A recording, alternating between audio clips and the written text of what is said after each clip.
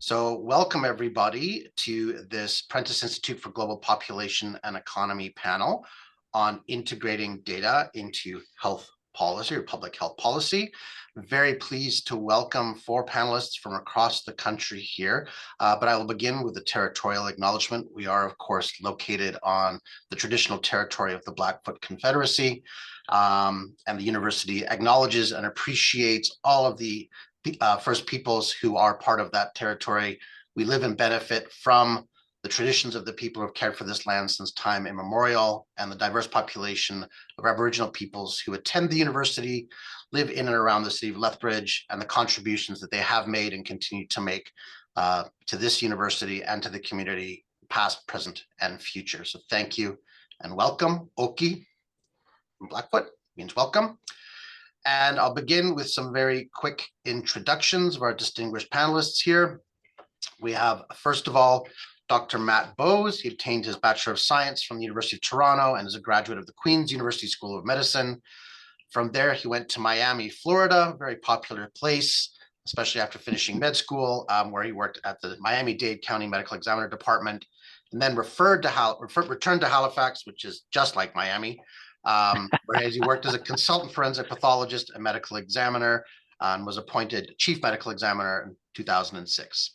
He's given many lectures around the country on various topics of forensic pathology, has also served in the Forensic Pathology Specialty Committee and on the Forensic Pathology Board of Examiners of the Royal College of Physicians and Surgeons of Canada. Thank you, Matt, and welcome. Thank you. Next up, we have Dr. Danièle Behn-Smith. She is Métis from the Red River Valley and Etcho Dene from Fort Nelson First Nation. She has the honor and privilege of working as British Columbia's Deputy Provincial Health Officer, Indigenous Health, and works alongside Dr. Bonnie Henry and other team members at the Office of the Provincial Health Officer to uphold the inherent rights of Indigenous peoples, unlearn and undo systemic white supremacy and racism, and advance true reconciliation. Behn-Smith brings expertise as a family physician, including emergency medicine, functional medicine, and population and public health. She has practiced medicine in rural and remote Indigenous communities across Canada, and her work recognizes self-determination as the foundation of health and wellness among First Nations, Inuit, and Métis peoples, and the importance of Indigenous approaches and healing systems. Welcome, and Oki, Dr. Behn-Smith. Next, we have Professor Tamara Daly. She's an award-winning professor of health policy and equity at York University. The director, this list keeps getting longer, doesn't it, Tamara? Right? York University of Aging Research and Education, and the director of the SSHRC Partnership Grant, Imagine Aging, so busy. Recently held a CIHR research chair in gender, care work, and health, and her research focuses on identifying international promising practices that support age equity and inclusion across home, community, long-term care, and hospital settings. Her research is located at the cross-section of policy solutions that support diverse groups of people to age well, out of practice level solutions that promote both good working conditions in health and social care and good care for older adults. Her work contributes to public conversations about how we might reimagine aging, particularly in ways that consider universal needs as well as what is equitable. She has a new edited open access collection coming out in October, which is distressingly soon, titled Aging Equitably with Care, Power, Policy Practice with Policy Press. Congratulations and welcome, Dr. Daly. Finally, we have Dr. Candace Nykiforuk. She is a Tier 1 Canada Research Chair in Community Environments and Public Policy for Wellbeing, is the founding and scientific director of the Centre for Healthy Communities, and works as a professor of health promotion in the School of Public Health at the University of Alberta. She's an internationally recognized applied public health scholar with expertise in community environments, structural and environmental determinants of health and equity, and systems approaches to improve population well-being. She currently leads several interdisciplinary cross-sectoral collaborations on healthy settings and public policy research, spanning chronic disease prevention, urban form, financial well-being, and climate change, literally some of the big questions of the day. She and her team have an extensive track record of mobilizing scientific evidence into tools and strategies, which have directly informed practice in communities, workplaces, and schools, as well as policy at multiple levels.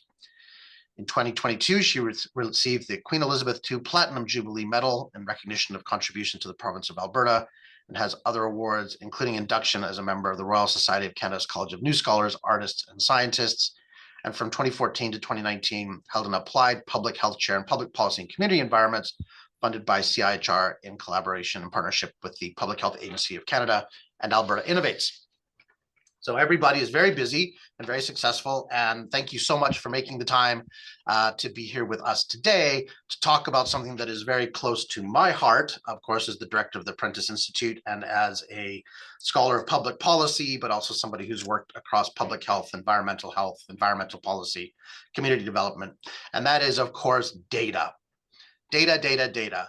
And what really sparked our interest in convening this panel is a series of long-term conversations across multiple sectors about the ubiquity and the availability of data from a digital sense in particular, given where we are here in the 21st century. A number of us remember times when data came on paper or in punch cards, or when we had to write or learn how to use SPSS by writing code before there was Windows. That's dating ourselves in all kinds of different ways. We have remarkable access to data, but in turn, we have all kinds of perceptions and assumptions and misperceptions from both public and policymakers about the state of data, the usability and utility of data, the availability and functionality of data, very broadly defined. And in particular, what I once heard from my non-academic brother, the question of, well, why are we spending all of this money on data if nobody uses it or nobody can use it, right? So with that in mind, it seemed appropriate that as a big question, we could talk about data in particular in terms of health, well-being, from individual to community and population health, and of course, across different forms of communities and communities of practice. So our format for today is quite straightforward. We've asked each of our panelists to give a relatively short kind of overview presentation, approximately 10 to 15 minutes. Some have slides, some do not. That's fine. We don't require either. And then we'll have a bit of a moderated discussion. We have lots of participants in the webinar. Please put your questions into the chat, and I will then relay them to the participants. If you can indicate a specific panelist for your question, that would be helpful. If there isn't one, we'll sort of do the circle and hopefully engage in a broad and fulsome discussion about what works, what doesn't work, why it doesn't work, why it does work, and what might change or need to change as we look to the next 25 years of data and public policy for health in Canada. Thank you all. We will begin with Dr. Bowes, please. Welcome, everybody. Thank you very much. Yeah, thank you very much. And thank you, Dr. Hallstrom, for having me on your panel. Well, I guess my first job is kind of to explain who I am and what I'm doing here. You know, my title is Chief Medical Examiner, and what that is the medical examiner is a person who investigates kinds of deaths. And I'm sure you've all heard perhaps the term coroner. And so I'm essentially a coroner kind of person in Nova Scotia. There's two different models for death investigation in Canada, the coroner model and the medical examiner model. So provinces have either a coroner or a medical examiner, not both. And our jobs are to investigate deaths, not all deaths, but only certain kinds of deaths. And every province has a slightly different set of legislation and regulations, but by and large, those deaths are unexpected, unexplained, or by violence. So I think that the application of data to health is immediately obvious just on the basis of how I describe it. So the medical examiner or coroner has to investigate deaths, and the methods for those include interviews with people who've witnessed the death. They include visits to the scene of the death, and ultimately, many of those investigations include an autopsy, which, I'm also a forensic pathologist, so I do a number of autopsies right here in this building, just down that hall, actually. So that is the point, or well, that is my existence. I investigate deaths. So the way that this is organized, though, is a little bit interesting in that every province has its own way of doing it. And that is both good and bad. The good is that it can, you know, we can rise to the occasion of a local need so that local people can decide what model is right for them. But I'll talk about the disadvantages a little bit later. Interestingly, medical examiners and coroners don't usually work under a health mandate. We're organized under the Department of Justice out here in Nova Scotia, but most other offices of my type either fall under justice or public safety. None of them fall under Department of Health, which is interesting because the data we collect are important to health practitioners, but we aren't part of Department of Health. So immediately you can see a bit of an administrative barrier to communication there. What are the strengths? So why would you want to talk to a medical examiner or coroner at all, really about anything? Well, the unexpected, unexplained, and by violence category of deaths includes stuff like infant deaths, drug intoxication deaths, suicides, homicides, motor vehicle crashes. These are the categories of deaths that all are investigated by law by a coroner or medical examiner in your jurisdiction. So the source of truth for all of these events and all of these happenings and all these deaths is certainly your local coroner or medical examiner. And if you're interested in multiple of these issues, then you have one-stop shopping really for data. So that is a significant strength of this kind of agency. The fact that we do hold data that are of tremendous interest to public health officials.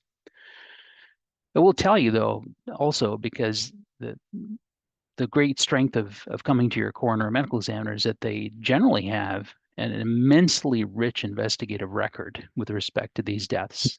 You can just imagine a suicide or a drug overdose. I mean, in our files, there is a scene visit, there are photographs, there is an autopsy, there is microbiology, there is toxicology reports. The record that we build of each individual death is really, really rich. And the possibilities, I think, for public health policy research with respect to coroner medical examiner records is really limitless. I mean, it's the record that we build is really excellent. The ultimate output of that, of all that investigation, is a death certificate and opinions and reports by forensic pathologists. And another significant strength of our model is that all of that data is already channeled into the vital statistics set of operations. So those roads are already paved. So our data come into a death certificate, they get sent to vital statistics, and so there's an easy channel for the data to flow. Significantly, people like me, the chiefs of these services, also have the ability to release data really for any good public purpose. So I like to tell people that I have a get out of jail free card on releasing data, which I do very frequently. So this office is party to quite a number of research agreements where the researcher comes to me with a question and we sit down and we explore together how that can be done. And then I have the ability to grant access to our records, which is fantastic. And all of my colleagues across the country have similar set of powers. So there's a lot of reasons why public health people and people who are interested in health data should interact with your local coroner or medical examiner. But I think it bears a little bit of discussion as to what are the challenges and the drawbacks, frankly, of coroner and medical examiner data. Well, for one thing, although the investigative record that we build is really detailed, it isn't built with the intent of research. So although the record that we build is very comprehensive, it may not tick all of the boxes for a particular research project. So for example, if we attend a scene and it's a drug overdose, or it appears to be, and we do all of our homework and we do the toxicology and there's no element of foul play, and there's a toxicology report that later supports an intoxication death, well, that's enough data for us to conclude our legislative mandate. But did we collect data around employment? Well, we may not have. We may not have asked that question because it was never necessary. So the records that your medical examiner or coroner collect are very detailed, but they may not be as comprehensive as you need for research. So that is one important thing for researchers to understand, I think. The other thing that needs to be said is that the death investigation agencies across Canada, coroners and medical examiners, have, and this is remarkable, budgets per capita that may vary over a full order of magnitude. I mean, some of these offices are tremendously relatively underfunded. It was shocking to me when the last time I looked at it to discover that it really was that the worst funded office in the country was funded to the extent of $1.65 per capita per year, and the highest funded one was over $10 per capita per year. So your question might be, well, are all these agencies doing the same thing? Are they applying the same investigative rigor to their cases? The answer is a flat no. And so that since activity follows funding, and excellence also follows funding too. And there's just no getting around that. So I'm very lucky. My government treats me pretty well. I think that we do a pretty good job, but some of my colleagues nationally really struggle, I think, to administer their investigations. So the quality of these investigations, I think, is open to question. And the issue for the researcher, though, is then the comparability of the data. You know, everybody does slightly different things. They do things slightly different way. Are the counts comparable? I would suggest to you that that's a good question to ask and to demand answers for. There are no standards, by the way, with respect to this. I mean, if you go to your local, I don't know, your local hospital, there are standards with respect to how the hospital manages their mandate. There are none for a death investigation. There are some emerging guidelines, but we'll talk about that in a few minutes. The timeliness of these data, and of course, many of my national colleagues struggle a little bit with this because of their funding. Timeliness is not good. I mean, I think that we have the ability to get data to people a lot quicker than we do, and it's something we struggle with, though. And I think that everybody has the same struggle, unfortunately. The vital statistics system actually is particularly slow. There's also something, if you're not aware of it, the Canadian Coroner Medical Examiner database through Vital Statistics is an excellent source of data. All the coroners and medical examiners contribute data to it, but because of various administrative reasons, those data aren't all that timely. And that is something that we could certainly also work on. Now, the many challenges that there are with respect to the data that we collect, I have not mentioned privacy. And I think that's because I don't view that as an insurmountable problem. You know, there are all kinds of statistical techniques that can be brought to bear in order to give enough data to inform good public policy, but to protect the privacy rights of citizens. So whenever I hear privacy concerns as an excuse not to share data, my first reaction is, I don't think that's true. I think we need to work harder, and I think we need to try harder, frankly, to deliver that important public good. One, just as an example, locally, my agency gives data to the open data portal here in Nova Scotia. So if any of you are curious about drug intoxication deaths or suicides in Nova Scotia, you can go to our open data portal and get all the data that you can. We work very closely with an epidemiologist to make sure that statistical techniques are brought to bear to protect the privacy of individuals. But personally, I think that there's no reason why we can't supply the public with the data that they need to make decisions. The next, I also have here something to talk about here is next steps. What do I've outlined for you challenges with respect to these data. So your question is then, what am I doing about it, right? I mean, if we see challenges as public servants, we should try our best to mitigate them. One of the many things that we're doing is we are engaged in something called a Public Health Collaborative with the Public Health Agency of Canada. And what they have done is they've gotten all the coroners and medical examiners and public health around the table. And we are trying very hard to mitigate some of these things. So we are engaged in preparing common practice guidelines so that the investigative effort across the country is at least similar so that the data you receive is comparable. We have tried very hard to talk to each other, to share best practices, and to talk to each other about how we report things so that we report things the same way.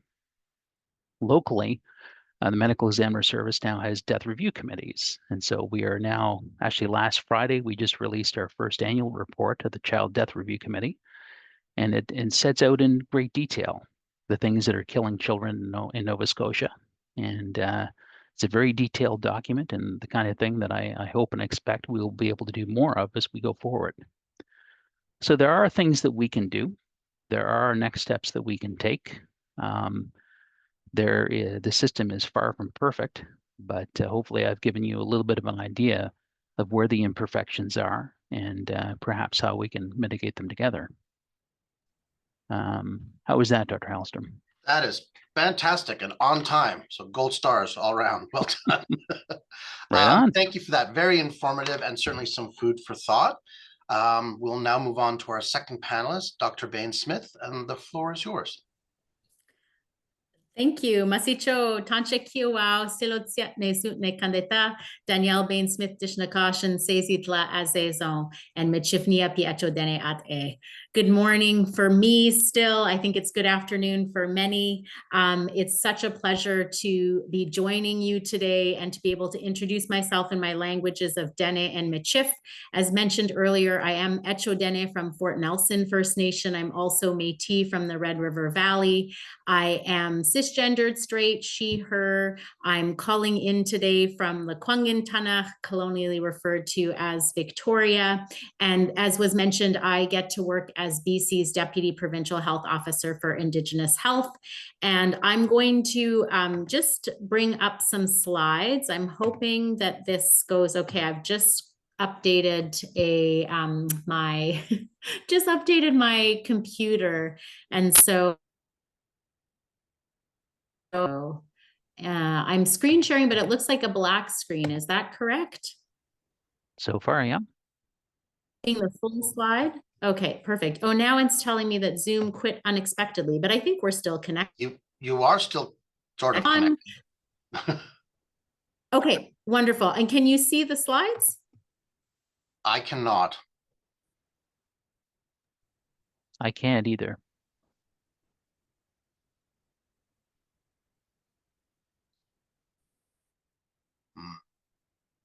I'm back. Can you guys hear me?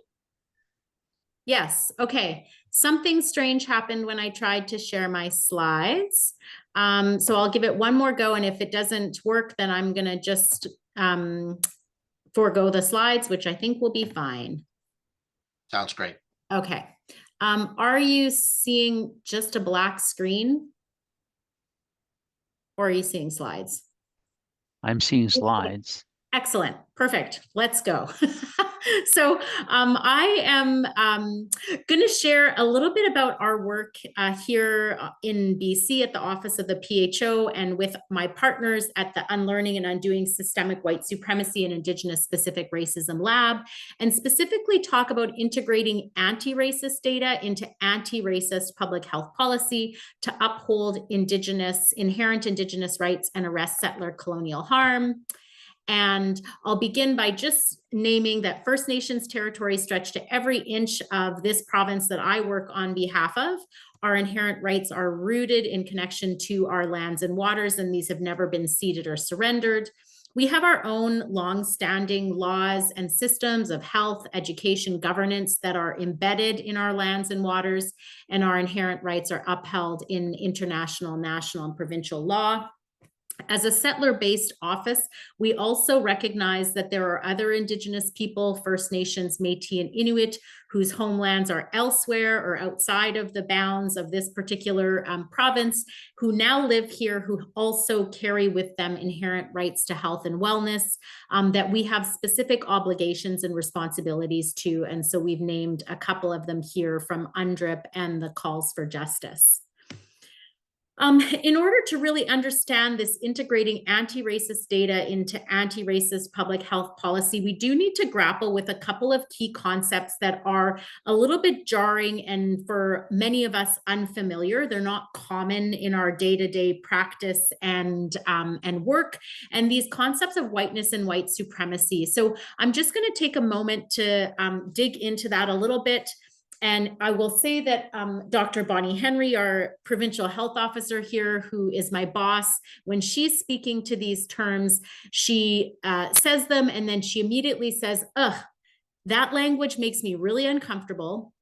And as a settler, I have a right to safety, to respect, but not to comfort in this work of true reconciliation, because we do need to disrupt the status quo, and that is somewhat uncomfortable. So just sharing that with you if anybody else is having a little bit of a visceral reaction. So the painting that's up on the screen is by Kent Monkman, who's a Cree artist, and it's called The Daddies. It's a recreation of a Robert Harris painting called The Fathers of Confederation. The original painting was commissioned by Ottawa to celebrate and honor the Charlottetown Conference, which was one of 3 conferences that ultimately led to the Confederacy of Canada. And so when Kent Monkman saw the original painting, he saw an opportunity that there was an empty footstool, and he saw an opportunity to use that to shine a light on the exclusion of Indigenous peoples from that very pivotal moment in Canadian history. And we were excluded because of the widely held belief at the time that non-Indigenous peoples were superior to Indigenous peoples. This widely held belief of an ideology of white supremacy. Fast forward several hundred years, I'm really confident that there's probably nobody in this audience today or in our circle today that holds this personal belief that non-Indigenous people or white folks are better than First Nations, Métis, and Inuit people. And yet, it is so deeply woven into the fabric of this nation and into our systems and structures that it continues to manifest as gross disparities in any data that we choose to look at, including the data of leadership. So we have here sort of a federal provincial pattern of whiteness, but really you can think about pattern in your own academic institution, most likely, or other places. And this pattern really does hold. And so this creates a bit of a tension for us because, again, in 2025, we reject this idea that there's something inherent that makes white folks more suited to lead, better leaders than Indigenous folks. And yet it's a pattern that has stood the test of time. And so if we reject that first way of making meaning, the alternative is to see that actually there's these insidious and invisible systems and structures and factors that are at play that continue to confer unearned advantage on a narrow segment of the population and unearned disadvantage on First Nations, Métis, and Inuit people. So more common and more familiar to us is data like this. So this comes from the First Nations Population Health and Wellness Agenda. On one side of the screen, you see that life status First Nations have lower life expectancy, shorter life expectancy than other residents in BC. The other side of the screen showing that Indigenous students are less likely to complete high school than non-Indigenous students. So I'm sharing these graphs and this data with you, not because I want to hammer home that point about disparities, but rather there's 2 important reasons to share these graphs. One is that there's something really, really grotesque actually about our understanding of these graphs. And that is that each and every one of us holds an incredibly deep knowing that even though we reject this ideology of white supremacy, we also know deep inside of us that these graphs are correct. So if I were to show these graphs and have them flipped and status First Nations had higher life expectancy than other residents in BC, every single one of you, and myself included, would be skeptical.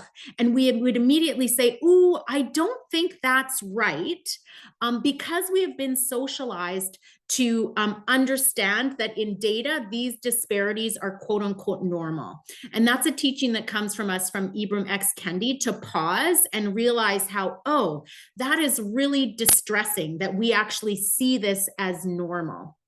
The second reason I share this data with you is because I've just done something incredibly harmful in the way that I phrased and depicted these findings.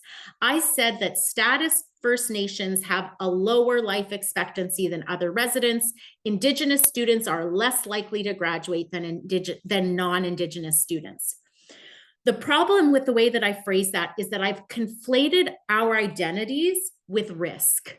And it's the opposite. My identity as a Dene woman, as a Michif woman, our identities as Tunaha, as Anishinaabe, as Mi'kmaq, that is what gives us strength and resilience. What confers risk on us, what the exposure is being subjected to Canadian colonial practices and policies, which is undoubtedly extremely bad for one's health, education, any number of outcomes. So what do we do about this? Because essentially what I'm laying out here is that our status quo approach to data is in fact upholding these deeply embedded ideologies that are woven into our systems and structures in ways that are so insidious that we really can't see them very well. They're just part of our day-to-day practice.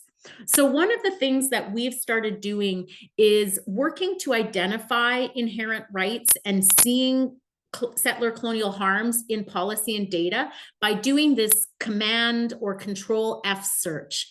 So when we have a report in front of us, when we have a data set with some text around it, when we have a policy, we will run this quick search and look for patterns. And what we found is that there's a few typical patterns that emerge.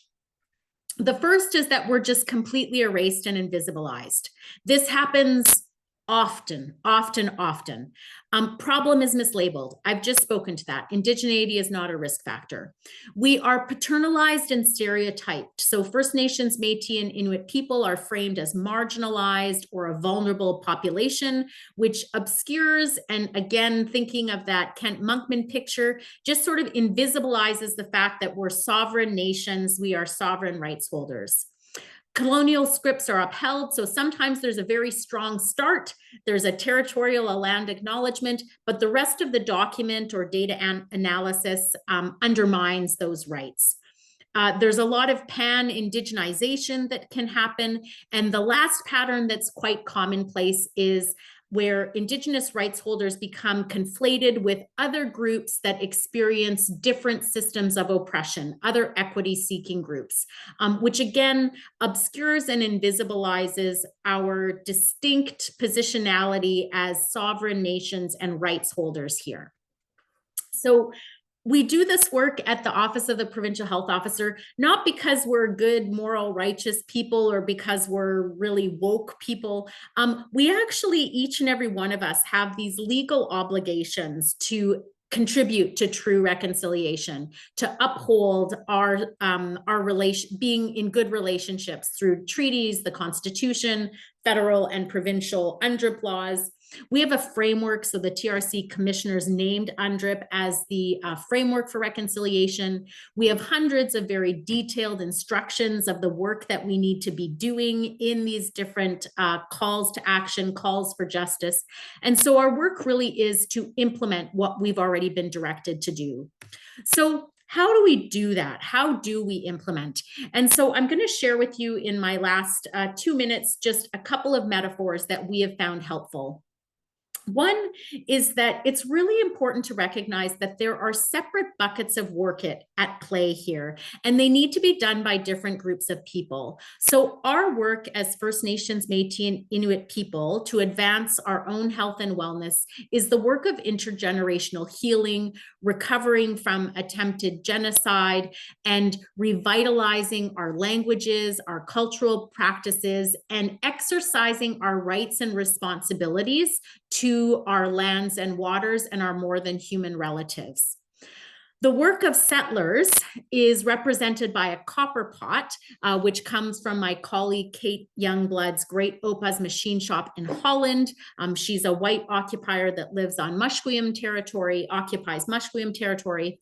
So this copper pot work is the work of dismantling and eradicating Indigenous specific racism. And this is heavy lifting that settlers need to do with guidance from First Nations, Métis, and Inuit peoples. The last metaphor I want to leave with you as we work towards integrating anti-racist data to inform anti-racist public policy is to acknowledge that this is a new workout for many of us. Very few of us actually got any of this as part of our formal education and training because we come from a certain generation. I don't want to age us, but we come from a certain generation where this was not part of our training in medicine in our graduate studies. So we are inviting you to join us at the gym of anti-racism, at the gym of upholding inherent Indigenous rights. And for those of you who have maybe restarted a workout program at some point in your life, you might start off really highly motivated. You might be thinking Orange Shirt Day is coming up, National Day of Truth and Reconciliation, like, yeah, let's go. I'm here for this. If you're like me, you show up, you might be a little bit intimidated. It's really helpful to have a specific workout program. Even better if you can have a personal trainer. Those first few workouts, you're eager, you're motivated. And then, day 2, day 3, day 4, you might have sore muscles. You might not wake up and want to hit the gym as hard as you did the first day. But it is through showing up on those days where you've got sore muscles, where you're feeling battered and bruised, where you don't really want to, but you dig deep and you find that discipline to do something that stretches you, to get outside your comfort zone, to do things differently, that you actually build these muscles, that you build the stamina to keep showing up to address these everyday problems. So thank you again so much for inviting me to attend. I will leave you with a QR code in case any of you are curious or interested to know a little bit more about the work that we are doing to unlearn and undo systemic white supremacy and Indigenous specific racism.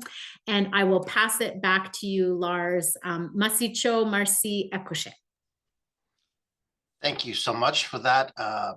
Excellent and timely, given the fact that today is apparently September 25th, according to my calendar. And in light of what is happening only 5 days from now, many, many points on which to ponder and reflect. But also really insightful to think about how data analytics and our assumptions may play into how we work with the data that we are given or collect. With that in mind, then we will move on to our next speaker, and that is Dr. Daly. The floor is yours. Thank you very much. Can you see my slides?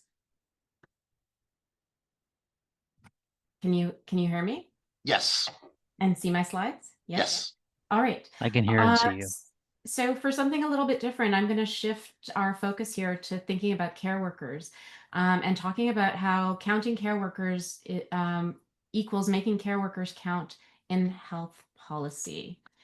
So before I get started on the talk, though, I'd like to say that I'm joining you from Toronto or Tekaronto, and I recognize that many Indigenous nations have long-standing relationships here, including the Anishinaabeg, the Haudenosaunee, and the Huron-Wendat. Toronto's a vibrant urban center. It's now home to many, including First Nations, Inuit, and Métis communities from across Canada and the world, including the current treaty holders, the Mississaugas of the Credit First Nation. The Dish with One Spoon Wampum Belt Covenant is an agreement to peaceably care and share the Great Lakes region, and this covenant is of great importance to us all now and in the future, and it's a responsibility that we collectively hold. So. All right. Thank you for the invitation to speak about integrating data into health policy making. There are several approaches that one might take to this topic. As a researcher who conducts qualitative, quantitative, and mixed method studies, I could approach this from the perspective of how to get the data I collect to inform health policy. This is an important and worthy topic, but it's not what I plan to speak about today. My plan is to discuss the importance of addressing data gaps in the public reporting of administrative and statistical data about health systems that are collected and reported by government departments, including Ministries of Health, Statistics Canada, and the Canadian Institute for Health Information. These are the types of data about the use of health services by patients and residents that allow for analysis of health outcomes. But importantly, and for my portion of the discussion today, these include workforce data about the professionals like physicians, nurses, and therapists of many kinds, and the paraprofessionals like care aides who do the work of healthcare. So why am I focusing on the care provider data for a session on integrating data into health policy? To me, this is a straightforward and consequential question. It's because these data allow for consideration of whether we have the appropriate numbers of providers in place to meet the needs of the health system, to make comparisons to the workforce with other countries who have similar or better approaches to care, and to make decisions about what is needed in terms of training, recruitment, and retention. So, why do we need public reporting of data? The assumption I've used in making this point is that there is power in numbers. Since counting is central to modern bureaucracies, including health systems, and when, how, and about whom counting is done matters greatly for who gets what, under what conditions, and when. In health systems, we have tasked governments with public stewardship. This is a role that involves administering funds for service delivery and regulating for accountability for how funds are used. We've also entrusted governments to fund spots to train health professionals, to set standards for practice, to monitor and manage migration of health workers, and to set workforce labor standards. Another aspect of public stewardship is ensuring accountability by collecting and publishing good quality administrative data for services that are delivered with public funds, and then making them available to the public for independent scrutiny. Why is public availability of data important for health policy? Well, the principle of public availability of data facilitates independent analysis and accountability when those outside of the sector can assess what government is doing or is not doing. In many ways, we have undershot the threshold for public accountability with data rules about the delivery of services that are funded with public dollars. Some governments will make data available only for a fee, which can limit the capacity to conduct analysis, even for other public sector groups. So public availability of publicly funded healthcare services is a cornerstone of accountability. Much of the data that should be reported is underreported or it's redacted, supposedly because of its commercial sensitivity, particularly in sectors like long-term care, where there's a high proportion of money-making and commercial activity despite its public funding. Counting questions have also taken on added urgency as we proceed at pace to enable decision-making by artificial intelligence, with big data, large language models, and algorithms doing the data crunching and problem solving for us. Perhaps accountability as an activity has been limited to a counting ability, like a version of the old saying, if you can't measure it, you can't manage it. The trouble with an over-reliance on counting is that the numbers used for counting may be problematic. I'll say more about this shortly. Increasingly then, data that count, even when the counting is done poorly, will construct who and what actions are visible to governments, while data absences, biases, and silences will oppress who and what actions are invisible. It's not my interest here to address long-term care as a wicked problem. That has been done well and elsewhere. This is a pragmatic talk about long-term care and home care, which we've already can think about as a space in which the government has a clear public stewardship role to perform because it publicly funds the services, and where the rules about data availability and quality can be better implemented and improved to meet the test for public accountability. If the pandemic taught us anything, it is that policymakers grapple with problems that are most visible and for which there is compelling evidence, which usually means quantitative data, more so than qualitative data, even when those data are compelling and powerful. We don't take qualitative data as seriously as we do quantitative data. Because of the pandemic's outsized impact on long-term care, the question of workforce data gaps and the problem of understaffing in long-term care became more visible to everyone, even though the gaps and the problems predated the pandemic by about 1 million miles. My next point is that a focus on care work data exposes data weaknesses and public reporting gaps that raise questions about how well governments are performing their public stewardship role. So if governments can't really count care workers accurately, and if we can't assess and independently check those numbers, how is it that care workers count in health policy making? Care work is often invisible work. It's work completed behind closed doors and mostly by women workers who are paid too little and recognized less than most others for their work. Accurately counting the number of care workers is important for advancing equity by enabling workforce planning and critique, yet it is very difficult to do given what current public data sets report and what data are not collected. Caroline Criado Perez argues that we are living within a gender data gap, riddled with data bias, big silences, and half-truths, a position from which women become invisible. While Criado Perez documents the data gap for women's unpaid care burden, this talk and the work I've done with others in a soon-to-be-released book explores care work data gaps using the example of the paid care workers in long-term care and home care, who are also mostly women. Like Criado Perez, we see the capacity to count with rigorous and publicly available workforce statistics to be an important country-level indicator of equity. To count care workers accurately, data collected and publicly reported about the workforce must at least be on a level available in other sectors and for other workers. We argue in our chapter that accurate data can address data bias and support accountability for the government's public stewardship responsibility for long-term care, particularly given state responsibilities to fund, manage, and meet the long-term care system's structural quality and capacity for decent working conditions for paid care workers. So then, in what ways are the data about the long-term care and home care workforce available for public analysis? So in this soon-to-be published chapter, we examined long-term care data sets from Australia, Canada, and Norway, 3 jurisdictions where there is public stewardship of long-term care. We asked 4 seemingly straightforward questions of the publicly available data sets specific to this workforce. We asked, how many care workers are employed by role and over time? What is the age profile by role? What are the proportions of each role by sex? And what is the overall proportion of migrants in the care workforce? We thought these were straightforward questions. They proved to be anything but. What is important to consider then with respect to the numbers of workers in long-term care and home care?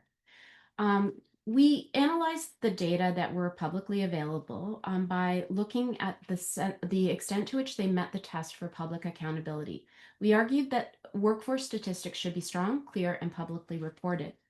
In contrast, we considered weak data sets to be ones that grouped paraprofessional workers like care aides or personal support workers with others like doulas and childcare workers, using the assumption that it is all low-skilled work. Or we also thought it was weak if they under or overcounted when the collection measures couldn't account for those errors. For instance, when the counts are made of the number of workers at a facility level, it might miss how much part-time work there is or how much multiple job holding there is in a sector, thereby overcounting the number of care workers that are actually working to provide care. Data that are unclear then may be poorly collected, too cluttered by aggregation of categories, or lacking in clear definition. Also, in contrast to data that are publicly reported, we assessed whether data were hidden, when data sets were only released to select groups or languished behind firewalls, when data releases were carefully controlled in terms of aggregation, and when data releases were delayed or when the data were old and not updated, all of which limited timely public discussion. We also considered data to be hidden if they were captured but not released or were very expensive to access. So what did we find?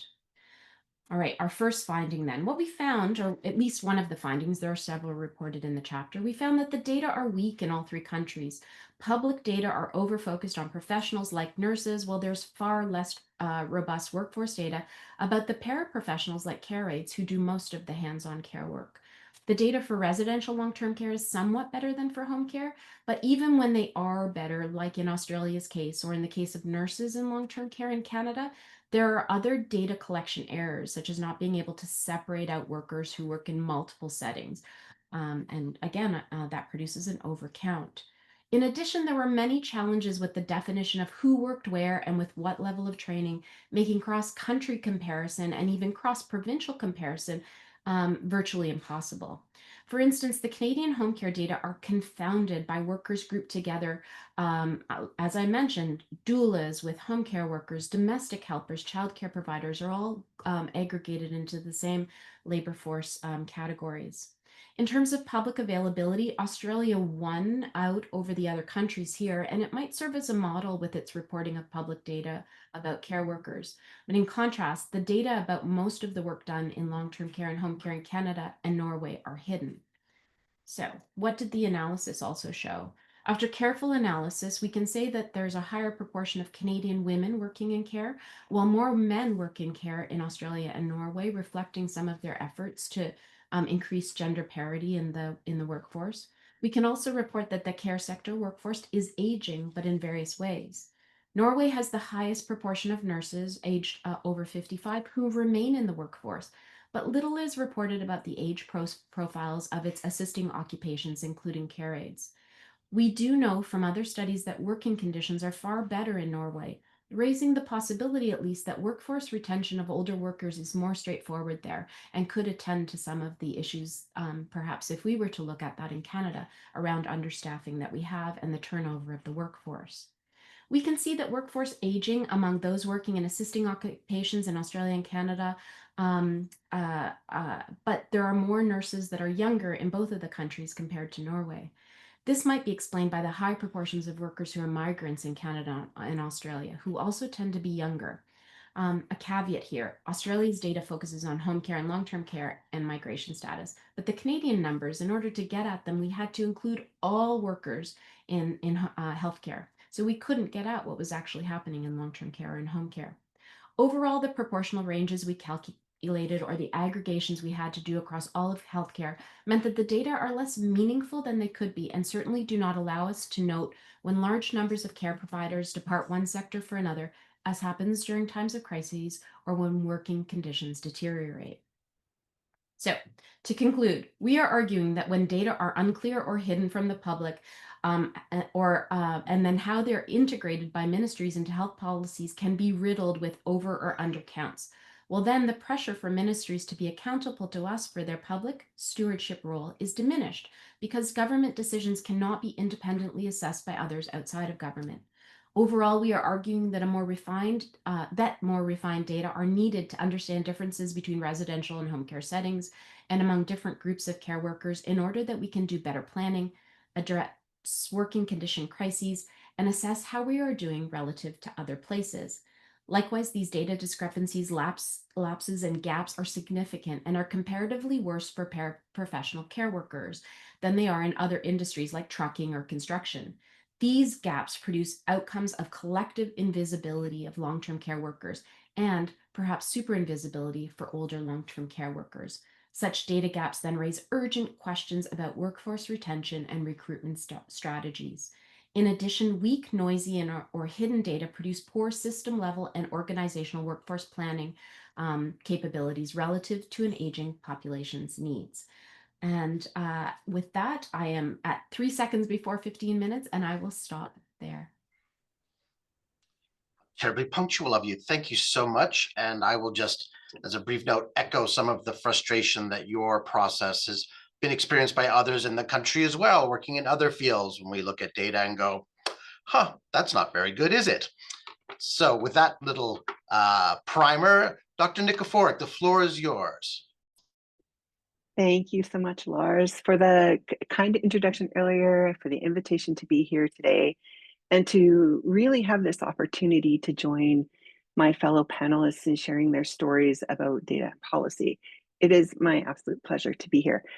I want to begin by acknowledging that I'm joining you from the University of Alberta, which is situated on lands that are now known as part of Treaty 6, 7, and 8, and are the homeland of the Métis. These are traditional lands of many First Nations and Métis people. And for myself, I just want to say I'm really grateful to have the opportunity to live, work, and play with my family on Treaty 6 territory. Both of my parents immigrated to Alberta in the 1960s, and with their families, and as a result, I have benefited from being an uninvited settler in this territory. I was educated in a colonial system that did not recognize the value of Indigenous knowledges or histories. And so I'm undertaking now the learning and unlearning that I need to do to be able to better confront the impacts of colonization and help my team to do that as well. I want to say that I'm very grateful for the elders, knowledge keepers, and Indigenous communities who to date have shared their stories with myself and my team, and who continue to offer guidance and wisdom as we help to work towards reconciliation. So I have a little bit of a different approach than what you've just heard from my fellow panelists. I want to talk about the journey of being an academic who thinks about data and who tries to get that integrated into policy as a regular part of my work. I work most often at the population health level, but I do that as an academic and a scholar, not as a policy professional or a decision maker. So when I received this invitation, I had a moment where I was like, well, but I don't have any power to actually integrate data into policy or into anything really. What I can do is keep policy front of mind and policy in its many different settings and contexts. As my team and I work to generate, interpret, and share data that comes out of our research, and as we design research questions and studies to help address needs of our partners in practice and policy. So because of this, most of my projects over the last 20 years have been in partnership with practitioners, with decision makers, and with policymakers who work at local, provincial, or national levels, whether that's in community organizations or nonprofits or NGOs or as part of government. And all of those collaborations is what have led to the success that we've had where research has been able to inform policy or program decisions. And I'm not saying that this is a story of success. What I'm saying here is that really collaboration is key. So before I get into some of those examples, I'd like to start with a bit of social location. As the first academic in my family, I come from a very long line of people who work with their hands. And when I decided to stay in school, as they said, I faced a lot of questions about, well, what's the point of an ivory tower? How are you going to help people? How is what you're going to do actually make a difference in real life, in the real world? And I didn't know how to answer that. And so then when I was in graduate school, I had an opportunity to work in cancer prevention research. During that time, I worked on projects that were funded by the National Cancer Institute of Canada and the Canadian Cancer Society. And the person who led those projects always grounded our team with this point. Remember that the work you're doing is funded in large part, by the efforts of volunteers who raise funds a few dollars at a time through door knocking, through participation in events, through bake sales, and through other efforts that they took time out of their lives for because someone they cared about suffered because of cancer. And then that person asked, now, how are you going to spend their money? How are you going to make their efforts worth it through our research? All of these questions shaped the course of my career and are really a foundation for how my team and I think about impact and how we decide to do our work about data that is related to public health policy. So all of the work that we do is at the broad intersection of people, place, and policy, recognizing that people are impacted by the places where they spend their time, and places in turn are shaped by the people and that are in them, and in many cases, the people that are not there. And ultimately, we recognize that policy is this really powerful tool that impacts both places and people simultaneously, and that this happens in both positive and negative ways, creating a really complex environment of things that we can see immediately and things that sometimes happen over time. So within this intersection, my teams and I have done many different things that have led to data being integrated into public policy. And I'll share with you just a few examples because I'm hoping that we can have a bigger conversation about it during the questions. So we often do research on natural experiments where the intervention, and in my case, this is often a program or policy, is led by an organization or government, not by the researcher, but we as the researchers evaluate the implementation or impact of that policy or program. And in these cases, the data resulting from that work inform program or policy changes that are led by the organization itself. I've also been part of broader movements that bring data directly into advocacy or policy. We have a longstanding survey since 2009 that investigates the knowledge, attitudes, and behaviors of policy professionals and the general public around public policies related to cancer and chronic disease prevention. And over the last 15 years, that survey has informed the advocacy and policy work of the Alberta Policy Coalition for Cancer and Chronic Disease Prevention and its 17 member organizations. We've developed a bunch of practitioner tools that support policy development, like the Policy Readiness Tool for municipalities and the Idea Readiness Tool for schools. And we've worked in partnership with different teams from Primary Care Alberta, which was formerly Alberta Health Services, to develop evidence-based strategy kits on a variety of public health topics. And in my work during the pandemic, we really recognizing the public health impact of the economic shock of the pandemic on communities, my team and I created an evidence-informed, action-oriented public health framework and guidebook to address financial strain and financial well-being. These resources present strategies and indicators for policy action across 17 different domains, from local to national levels, and within and outside the public health sector. These tools were created with practitioners and policy professionals from across Canada and in Australia to help embed their expertise in the work, but also create a pathway for these resources to be used in real life. And in my last quick example, at the Centre for Healthy Communities, we work closely with partners from many different organizations to provide evidence that they can use when making decisions on their pressing practice or policy questions. For example, we have CHR funding now that came from a question developed by our City of Edmonton partners on municipal strategies to support vulnerable populations impacted by extreme weather events. So what I want to emphasize through these examples is that my teams and I work in a health in all policy approach, where any public policy that impacts people's health or well-being, whether it's inside the public health or healthcare policy domain or not, is actually public health policy because it impacts people and their health. With that in mind, much of our successful integration of data into our partners' policy or decision-making is really a result of collaborative work across different sectors. In my experience, it's not just about generating data that gets translated or mobilized to policy audiences through some tailored product that they then integrate into policy.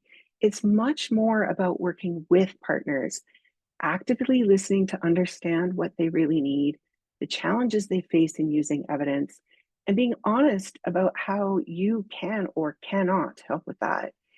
And then spend the time needed to engage with your partners throughout that process to make sure you're providing data or evidence that's not just scientifically rigorous, like that is important, but that also meets their information needs in meaningful, practical, and timely ways. So with my last couple of minutes, I just want to mention some of the gaps that my team and I have experienced in this area, and many of these will echo some of the other speakers. For me, the biggest challenge is drawing attention to who's missing in the data. And we've heard some really powerful stories about this already, and why this is really important for policy positive outcomes. Without recognizing who's missing in the data, they will continue to be excluded And this will perpetuate structural power imbalances, as well as many awful health and social inequities. I think another issue is creating awareness of context around data or evidence, which is often lost or minimized when packing complicated or nuanced data into small info bites that capture people's attention. Related to this is effectively communicating with different audiences about the importance of recognizing the possibility of unintended consequences that come from policy decisions made using decontextualized data. This can be worsened by, like on the academic side of the house, for me, this is worsened by publication biases, where some findings are just not reported because journals, for example, don't find null findings as interesting as findings. And even now, only 5 years out of the height of the pandemic, there's a move away from wanting to publish work focused on COVID-19, which is, I think, problematic for enduring impacts. These systems don't appropriately recognize the value of engaged or partnered policy work. I think we also run into often challenges around time and politics. Policymaking information needs and data generation run on very different and often incompatible timelines. These are often complicated also by differing values, ideologies, mandates, and political agendas. Many academics that I work with would argue that the scientific process helps to keep data as objective as possible, or at the very least interpreted within an appropriate context. But I think we could also argue that all policy is subjective. And this then creates practical and sometimes, maybe often, moral dilemmas between scholarly and policy worlds around data and its use. I think we've already heard about data access and comparability, so I'm not going to say much about that, but I will say that sharing data in the face of mis and disinformation and overall weakened levels of science and data literacy broadly in our society are very critical issues in the here and now that are just going to continue to escalate until we find ways to address those effectively. And I want to think, I think I'll close on a note of hope. I think that we, as a community of people who are interested in bringing data and evidence to public health policy decisions, have a real opportunity right now, not in the future, right now, to make positive differences in this space. I think we can do this through deliberate action on any or all of these issues, and by communicating the actions themselves and what we learn, both our mistakes and our successes in dealing with them. And I think in particular, there's a real opportunity for emerging and early career folks working in this area to really focus on honing their competencies around doing intersectoral collaborative work so that we can begin to facilitate meaningful integration of rigorous data into public health policy, but also integrate a rigorous understanding of policy process and policy context into our rigorous science. And I think I'll stop there. Thanks, everyone. Thank you very much, Candace, and to all our panelists for staying on time, very disciplined. Well done. We have a few minutes left for questions, and we do have a question here.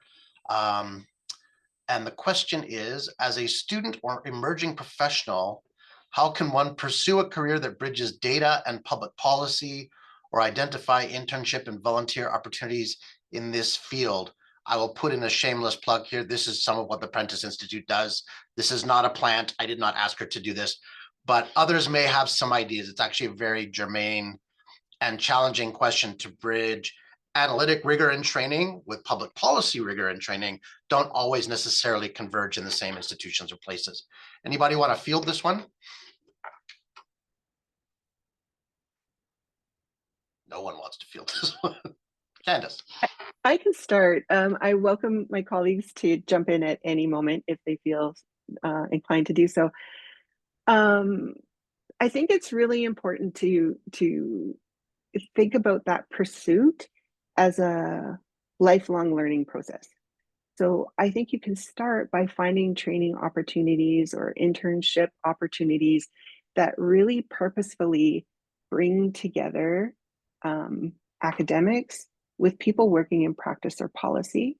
Not to shameless plug, but I know our programs at the School of Public Health have those kind of embedded practicums and experiences that allow some of that to happen.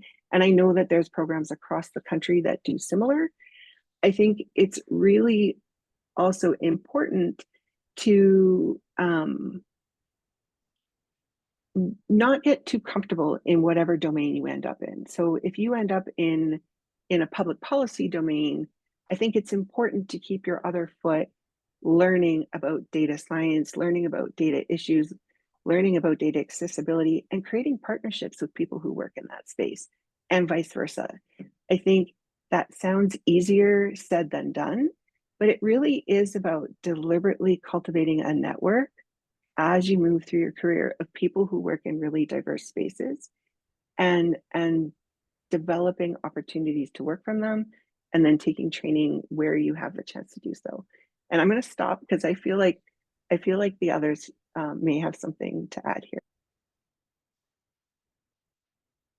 Yes, Danièle, please. Yeah, thanks. It's such an interesting question. And I didn't raise my hand initially because my track was just the most circuitous and took me forever to get to this place. So don't follow my footsteps. They're too long and windy. But I was going to say that Kate Youngblood, who the work I was sharing today really is work that we've done together. And she did the Health Systems Impact Fellowship with CIHR. So I think there are paths, to Candace's point, that are specifically looking at very applied use of academic rigor and experience. And I think sometimes we can end up with these silos between government policymaker and academic wisdom and expertise. So I would echo Candace's thoughts and advice to look for those paths that are already bridging them and bringing them together, including, getting into policy positions, even at a younger stage or an earlier stage of career, and then going back to seek out the training as you're in the position in the role. So for example, the role that I'm in, I'm a rural family doctor by original training. I was not a policy wonk at all, but I came into this role and did my master's of public health while I was in this role. And that was actually so helpful because I was able to distill out the pieces of academic that were really going to be useful and applicable in the policy sphere. So I think the more that you can try and weave those things in at an early stage, the better. Great, thank you. Any other thoughts from the other panelists? And we have another question in the chat here. For Dr. Booth, could you give some additional examples of data sets maintained by coroner's examiners, just to expand on that? And I'll just maybe flesh that out. Thank you for mentioning the open data portals and the asymmetries between the offices across provinces. I purely anecdotally encourage people to look at the Alberta open data portal and maybe the Nova Scotia open data portal specific to these kind of data. You will see some interesting variation there. Matt, over to you.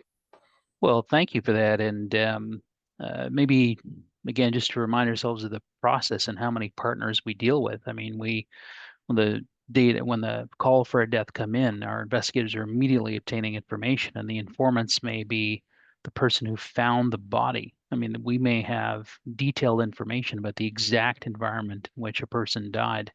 There's really no other source of that kind of data. We get data from healthcare. We have the right to get medical records without subpoena, which is pretty far-reaching power that we use sparingly, I think. But we get medical records. We get the account of the person. And I'm sorry if this is about to get triggering, but we have things like the writings of people who that they wrote just before they died. Detailed information about their toxicology. So we have the ability to tell you exactly what drugs were present in that person's system when they died. And not just the ones that killed them, by the way, all of them. but also stuff like the photographs of the environment. You know, we can really whatever you can imagine, we have the power to collect. So the principal problem, though, as I think I mentioned, is that we don't do that with the purpose of research in mind. And I think that what we have to do as coroners and medical examiners is reimagine ourselves as being in collaboration with public health. And so to change the way we do things in order to collect information that becomes amenable to research. Did I answer your question? I think I did. I think you did as well. Yeah. Thank you. So we are out of time, and I'm worried that the webinar may close at 1:15. We usually try to build in a buffer, but I didn't set up the webinar. So I will just thank everybody for their participation, and I'll draw your attention to the last question, which is both a practical and a rhetorical question around how to advocate for data-informed policy and programs. In particular, noting that, just to give a couple of quotes, I was once told by StatsCan that if they didn't collect it, we didn't need it. I was also once told by an elected official that you should never let the evidence get in the way of a political opportunity. And we definitely have a very pothole kind of landscape when it comes to data in terms of both accessibility, missing data, and availability across indicators that we might expect are there, but may have challenges in when, how, and in what form they are collected. Cross-sectional data from 2019 are not terribly useful in some cases in 2025. So I do want to thank everybody for joining us today. I very much appreciate the time and the expertise of our panelists. It's been a fantastic panel, highly germane, highly relevant, and very informative, in fact. And I encourage those in the audience, if you had follow-up questions, hopefully you can reach out to the faculty and the experts who are available to us. And thank you all again for coming. What a great panel. This will be posted on YouTube, and I really appreciate your attendance and participation. Thank you all so much. Thank you. Masicho, Marcy, Thank you. Thank you.